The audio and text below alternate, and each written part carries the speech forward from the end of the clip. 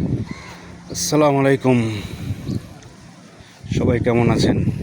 আরেকটি নতুন ভিডিও নিয়ে আপনাদের মাঝে হাজির হলাম।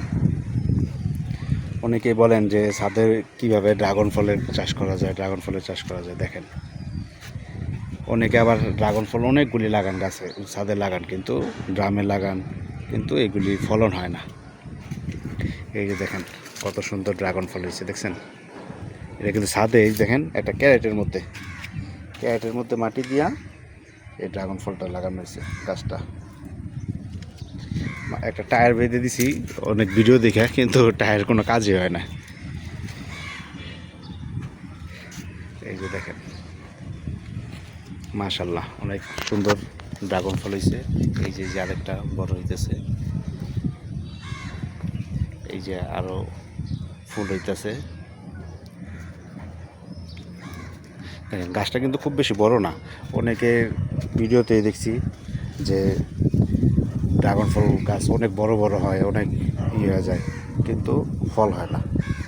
কিন্তু এই গাছটা দেখেন খুব বেশি বড় না। এই যে এর মধ্যে একটা দেখেন গাছ, এই ড্রাগন ফল গাছের উপরেই কিন্তু সিম গাছ হয়ে গেছে।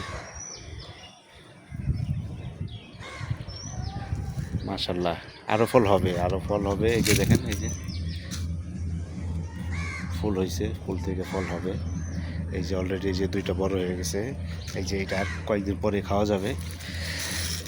এই যে দেখেন উপরে ফুলটা হয়ে গেছে, এই যে আর কয়েকদিন পরে খাওয়া যাবে।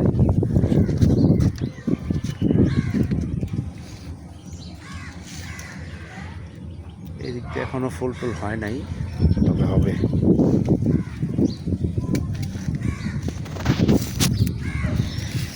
তো বন্ধুরা, কেমন লাগলো আজকের এই ভিডিও?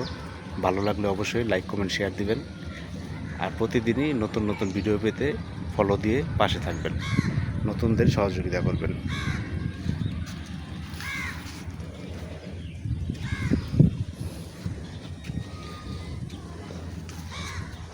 পাশে একটা দুইটা বাঁশ বেঁধে দিতে পারেন, দিলে তাহলে মানে আরও হয়।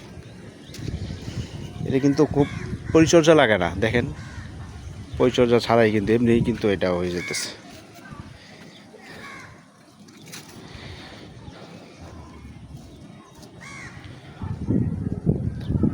দেখছেন,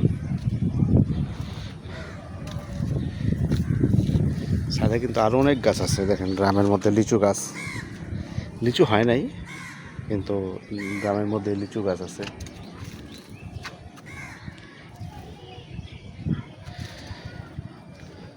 যে বস্তার মধ্যে আম গাছ, আমরুপালি গাছ।